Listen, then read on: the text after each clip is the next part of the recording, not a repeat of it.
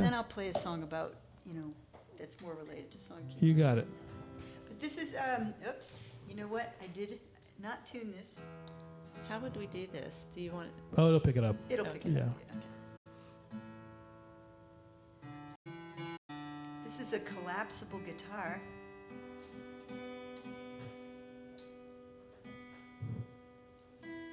What I could do. Hold on a second. What you got?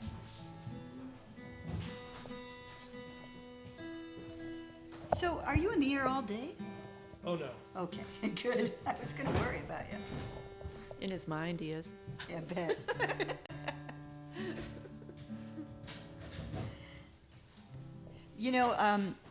Every song has an origin, which I guess is what makes it an original, right? Mm-hmm. Just thought of that. This one has the weirdest origin in that I was teaching a songwriting workshop at Williams in what they call Dead Week. I just, as a gift to all my students, had a whole day of workshopping with them. And I hadn't been doing any writing, and I was looking at prompts and things like that, and I walked by a TV set that my husband was watching. I wasn't watching it, and I thought I saw the hook line to this flash across the screen. I'm pretty sure it wasn't there. So That's I don't know. neat. It was kind of like, woo.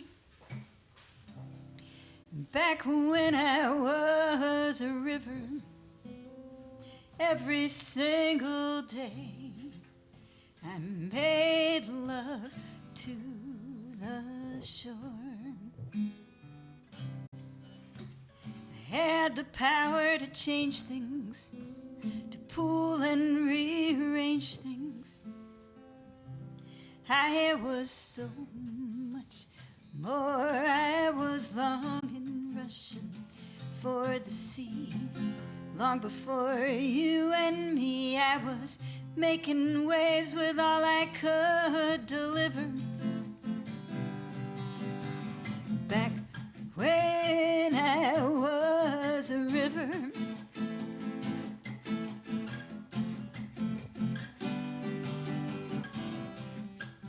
back when I was a river, I moved a lot of mountains. I changed the course of streams.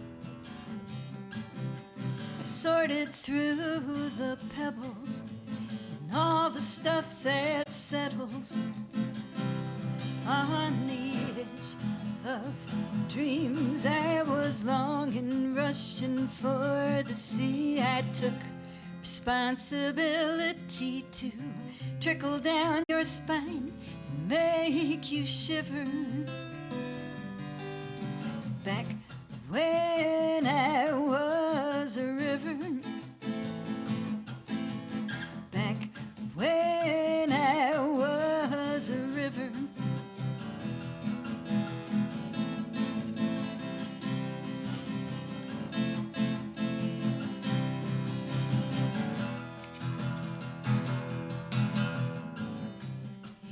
Back when I was a river, I made a lot of music. I sang with all the birds and harmonized with thunder, howl with wind and wonder. At the weight of words, I was longing, rushing for the sea until the moon abandoned me, but she came around as just a sliver. Back when I was a river, back when I was a river, back when I was a river.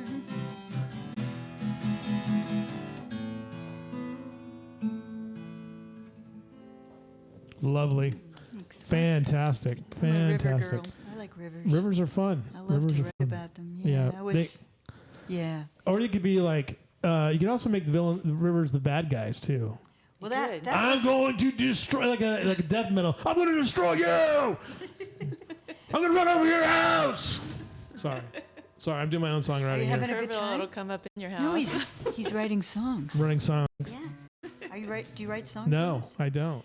I just write stuff about things and people and things and more things. Right, all the time. All the time, every day. You write stuff down too, as well as improvising in front of a microphone. Yeah, well, I write. I'm a journalist, so I write journalism stuff every single day, and But it was interesting though. Like I said, listening to Terry, discuss, the awakening of the details from a hymnal, and her quote about hymnals are just little song stories that are just fun to think about, and the details that she. And I think that level of detail is always amazing to me. Mm-hmm. I remember reading Walter Mosley, who wrote "Devil in a Blue Dress" and some other great pieces of American fiction. And he always had color and food. The details of color and food, were always so alive. And I'm like, I don't know how to do that. Well, everything. Our brain takes every word and turns it into a visual. Yeah. That's why the imagery is so important. I remember, this is an interesting topic now too, because you've got Taylor Swift is dominating the world, and I wish she'd run for president. Well, I think yeah, the new album is coming out. yeah, today? like today or next week or really? something, yeah. But she's so prolific as a writer. I mean, but it seems like it's also elevated the game of. Now, cynically, you could say, "Oh, well, she doesn't do that herself," but I think she does now. I think she's always done it herself. No, She started she with Liz Rose. Yeah, she got hooked up with. I mean, the story I heard, and telling it on the air is risky because it could be wrong. Is that her father invested quite a bit of money into the front end of her career, moved her to Nashville, and got her hooked up with some great writers, which is a great way to learn how to be a great writer. And I would be terribly resentful of all of that if I didn't think she stood for some really great things and was a good role model and particularly for young women. She honestly advocates for women and all kinds of other things. Yes. Yeah. But I think it's treats her employees well and all of that. So that to me is an example of kind of a perfect storm. Yeah. But I think it also has elevated the game of a lot of these, women, songwriters, young women, like you look at the talent that's out there now, Casey Musgraves. Yeah. Olivia Rodrigo, who's also, amazing, only 21, but has written some of her own stuff as well. The game is on. Yeah. That's for sure. It yeah. really is. Yeah. And I mean, I'm not sure. I mean, I love telling that story about just finding my way here. And I mean, the first night I was in Kerrville at the campground, I mean, I wandered down to that stage and it was all male songwriters, but I was blown away by what I heard. I hadn't heard that kind of writing. And now the game is on, know. There's a whole lot of amazing writers out there making music. And unfortunately, the other side of the game is a little problematic. Getting paid to make music. Getting paid to make music is even harder than it's ever been before. Harder than ever. Yeah. Well, Eliza Gilkinson she's now in Taos, New Mexico, but I met her when I first came in '97, and she was on fire. And Ruthie Foster and. We have some great people coming too. We have Stacey Foster coming back to Music at the Mansion on April 27th. When's Natalie Maines coming? That's a great question. We should get her. What's it? Do you know her? I don't know. I know someone who knows her. Yeah. Oh yeah. Yeah. I do too. Yeah, that's true. Talk about putting on a show. My goodness. I mean, y'all have access to a lot of amazing writers here, in part because it's funny because that song I wanted you to play on, which it's called "Something in the Water," and I wrote it when I was here that first year just teaching by myself, and it's very different to be here when the festival's not happening. Yeah. Although I didn't know you. Yeah. I'll be at the festival a lot this year. They're trying to get me to take pictures. Well, I'm looking at my walls though here. Yeah. I'm thinking of all the writers around the walls. And there's a lot of yeah. But there is something in the water here, and I think Rod Kennedy kind of got it going. And in Texas in general, it's a very, very, very musical state. With a lot of support, a lot of venues. That isn't the case everywhere. Right. It just isn't. Well, I've said this before. Like before I moved to Kerrville, the number of times I would just go see live music was pretty much on two hands, and now it's like Where did you move Jazz from? hands. California. Oh, okay. But, I could go to California, but I have to go fight. Like, Coachella was in my backyard. Like, I have no interest in going to Coachella. I have no interest in the crowds and the nonsense and the heat. And Well, I mean, that festival out there in the ranch is very unique in that its size is so manageable. Yeah. And it's more of a community than a festival Right. in so many ways. I do have to admit that I did watch a little bit of the Coachella live stream the other night, and I guess it was Sunday, and Bob Marley's grandson, Right. what's his name, BK or BJ, I don't know. Anyway, he was playing, and they were covering his grandpa's stuff, but Lauryn Hill is his mother. Oh. And she was performing with him, and oh my God, it was incredible. So, because Lauryn Hill's one of my favorites, so. It was amazing to kind of watch some of that energy in there. All right, you have one more song for us, right? Let's do one more song. All right. Well, kind of wanted to do this one because we're talking a lot about songkeepers and writing and stuff like that. And Can I add something with that real Yeah, quick? If you know of anybody out there that already plays and sings and they're coming to Shriner University, have them contact me, Jacoby Caldwell, and we will get them promoted and surrounded and booked at the trailhead and in the studio and all of that stuff. If they're interested in learning songwriting, our class is open to the community and to those students at Shriner. You can audit the class, you can come in, and we have a great song circle once a week, and then you meet with me privately, and we build your songs and build your show and have you going. If you don't play an instrument, I teach you guitar, I teach you ukulele, keyboard if you want, and we have excellent digital audio workstations that are coming, and so excited about that. But Bill Ward is in our studio, and he's ready to work with anybody that's interested. So that's at Shriner You should have University. Jake Martin on. Okay. Yeah, guy up there, right there in that picture up there from Trailhead. Okay. That's Jake Martin. All right. He's an amazing singer-songwriter himself. All right, okay. All right. Well, this is a song I wrote about a venue back east that I got snowed in overnight. A very famous one called Cafe Lena, where Bob Dylan and many, many other folk artists got their start. You told the story that day. It was amazing. And so the thing is, though, but the hook line comes from a different thought process, because sometimes you're taking two things and slamming them together. Right. And the hook line comes from teaching so much songwriting and discovering that students nowadays, they sometimes don't know who the Beatles are or Led Zeppelin or There was a young James lady Taylor. that's employed here at Pine Plow that did not know who James Brown was. Yeah, this is happening. Yeah. And so I had this kind of question in my mind. And when I got snowed in at this venue, I had to sleep on a couch right next to this extremely historic stage. And the snow was just coming. I know you can't imagine that, Texans, but it just blankets you. So this is called Who's Your Bob Dylan? And you could sing along at home or here. Or By the way, if we see snow in Texas, it's not a good thing. It's not a good thought for a lot of us. I know. Like, wait a minute, is that going to be ice or snow? What is HEB, it? come save us. Yeah. They always save Listen, us. I've driven in snow all my life, but one of the worst rides I've ever taken was driving back from a gig from Shreveport to Dallas after a snowstorm. I thought I was definitely going to die. Oh, yeah. So, here, all right, here we go. Here we go. Well, it snowed like the Dickens in Saratoga Springs, and I have turned into a crone that must sing. The words are all lost, but the melodies ring familiar. The show was on live stream, you couldn't be there. And Lena, she sat at the top of the stair with her hands in her lap and a pile of gray hair on her shoulders. It takes a lot to laugh, it takes a train to cry, and there ain't no who used to sit and wonder why that boy from Duluth spoke for my generation. So tell me who,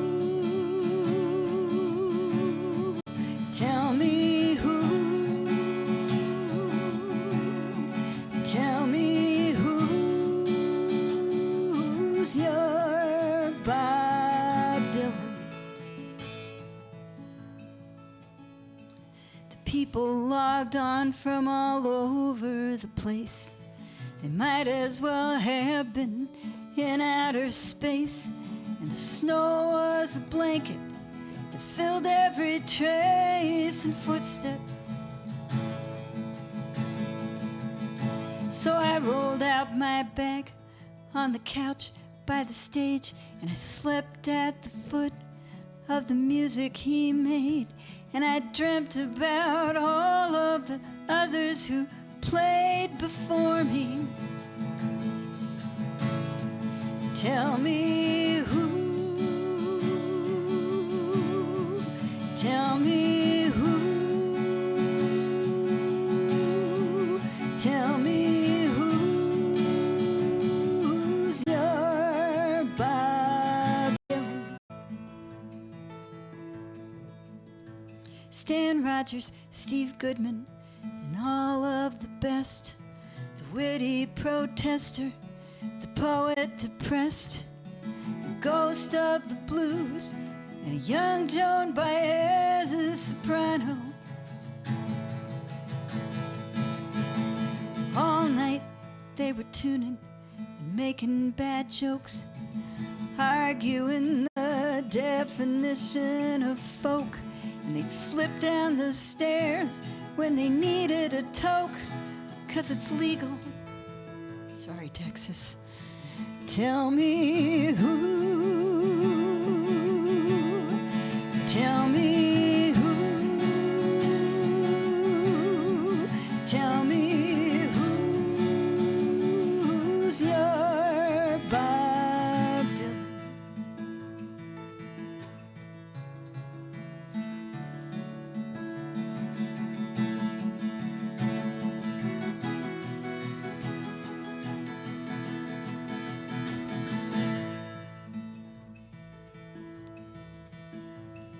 Then we tiptoed out when we heard the first plow down those steep stairs that employees use now.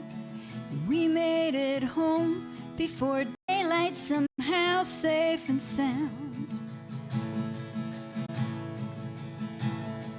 Life is a story, a bird on the wing, and I have turned into a crone that must sing as I let go of every last little thing. I still wonder.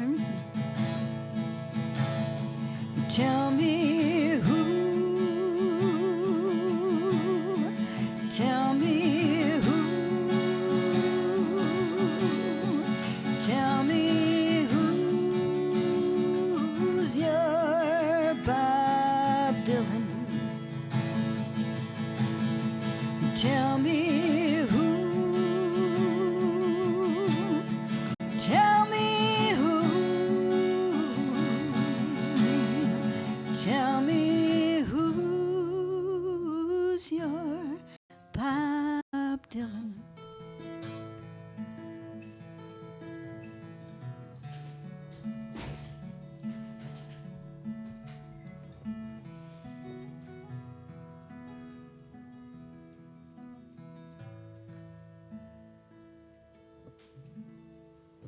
Lovely.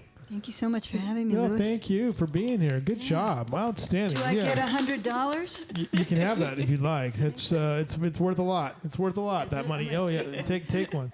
Yeah. Take one, and make sure you read the back of it because I'm going to. yes, Yeah. Wow. I figure Yeah. there's something going on. there's something going on here. Yeah. Thank you so much. You're for welcome. having Thank you. us. All right, Jacoby, give us a pitch again for. Well, I don't have a camera on you, so give us again another pitch for song keepers. How do you get involved? Songkeepers at Schreiner University. If you're in the community, you can audit. You can also sign up for the class fully, and it will be in the fall, Tuesdays at 4:25 for an hour. And you will write and have all these tools for writing. And if you don't have any yet, but you're super interested, talk to me, and I can teach you how to play an instrument. I can teach you how to put your thoughts together, and we can come up with something so you can sing to your mom for her birthday. Oh, very nice. And can I just add, too, that the Trailhead has a lot of wonderful programming that you can Yes. come here, great, some of us are good and some Yeah. of us are great, and lots of stuff going on there. If you're interested in songwriting, it's really important to listen to songwriters. Yeah, right. Yeah. Absolutely. It's important because all of us do consume songwriters and the words that I always think about these different writers that are on the wall here. I always like that line Robert L. Keane has. I had 2 20s and a 10 in my pocket, and we're gonna go have a good time. So great stuff as always. Jacoby, thanks for being here. And we look forward to seeing you guys again with Songkeepers. Bernice, enjoy Kerrville. I'll see you out there, Louis. All right, sounds good. Yeah, Thank you very much. Take my picture. Absolutely. I took your picture. You didn't probably don't remember, but I took a lot of pictures, so I got to put those together. I'm afraid. No, it was good. It was good. The only thing I should be afraid of was the purple light. We got to get that fixed over the trailhead. Amen. It makes everyone look like the Grimace in some ways, the Amen. purple or Barney the dinosaur. I ask all the time. I know. So this time we'll get on it this summer. You heard the threat earlier that Doug Hutzler from Gibson's will join us again tomorrow. That's for sure. And then also don't forget that tomorrow is Wonderful Wednesday with Rachel Fitch. Thursday, we're already looking at my list here. The Ridge will be here. They'll talk about some of the things they have going on there at the Ridge. And then on Friday, Angela Kennedy will be Family Game Day for Heart of the Hills Heritage Center on Friday. I got more people who are like bugging me to come on, so we'll have a full show every day this week. We'll see you guys again tomorrow. Have a great rest of your day. Enjoy this swampy weather.